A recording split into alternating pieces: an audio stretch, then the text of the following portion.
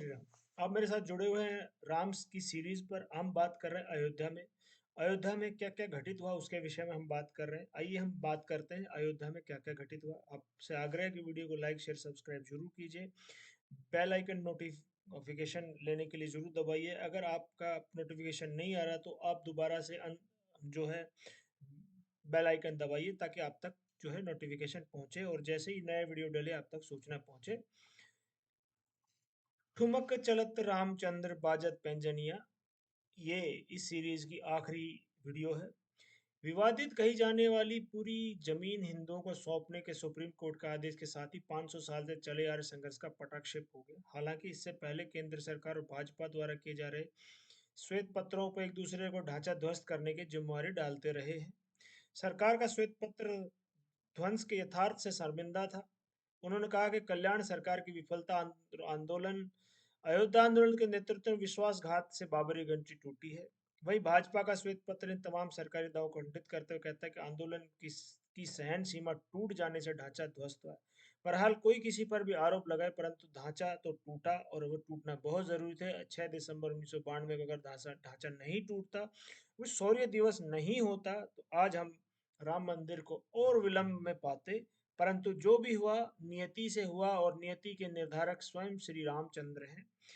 Court के आदेश के बाद आखिरकार 5 अगस्त 2020 को प्रधानमंत्री नरेंद्र मोदी ने राम मंदिर निर्माण के लिए भूमि पूजन किया और भूमि पूजन के लिए भारत भर से कई धार्मिक स्थानों की मिट्टी पवित्र जल लाया गया। श्री राम जन्मभूमि तीर्थ ट्रस्ट क्षेत्र ट्रस्ट के मार्च 2020 को श्री राम मंदिर निर्माण का पहला चरण शुरू किया गया। लाखों करोड़ों लोगों ने एक दिव्य स्वप्न को साकार होने जैसा था।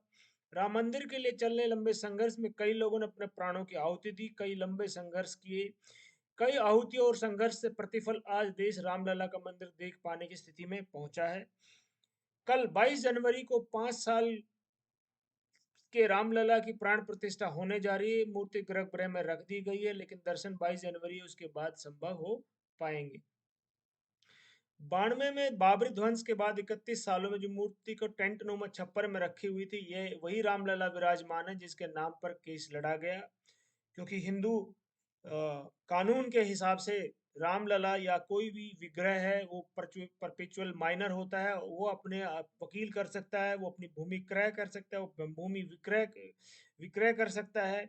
उसको पूरे राइट हैं और एक माइनर के राइट्स होते हैं, जो एक नाबालिग के राइट्स होते हैं। वो उस मूर्ति या विग्रह के राइट्स हमेशा सुरक्षित रहते हैं, उनका हनन नहीं किया जा सकता।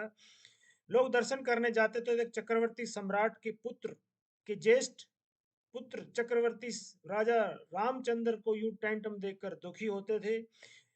वे उस मूर्ति के दर्शन तो करते थे, लेकिन साथ में ये आसपास खड़ी शिलाओं की पूजा भी करते थे, इस आस में कि तो कभी तो राम मंदिर बनेगा और शिलाएं टेंट में बैठे भगवान राम के भवन में काम आएंगी। आज वह दिन आ गया है। करोड़ों लाखों लोगों की भावनाएं फलीभूत हो रही है। फिलहाल समय सिर्फ चक्का घूमा है।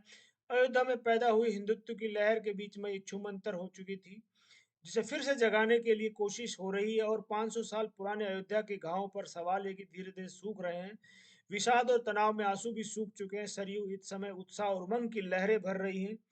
त्रेता युग से आज तक राम के जीवन काल में उनके बाद मंदिर के लिए 500 साल चले संघर्ष और सुखद परिणाम तक के लिए वित्रांत के यही विराम हम देते हैं।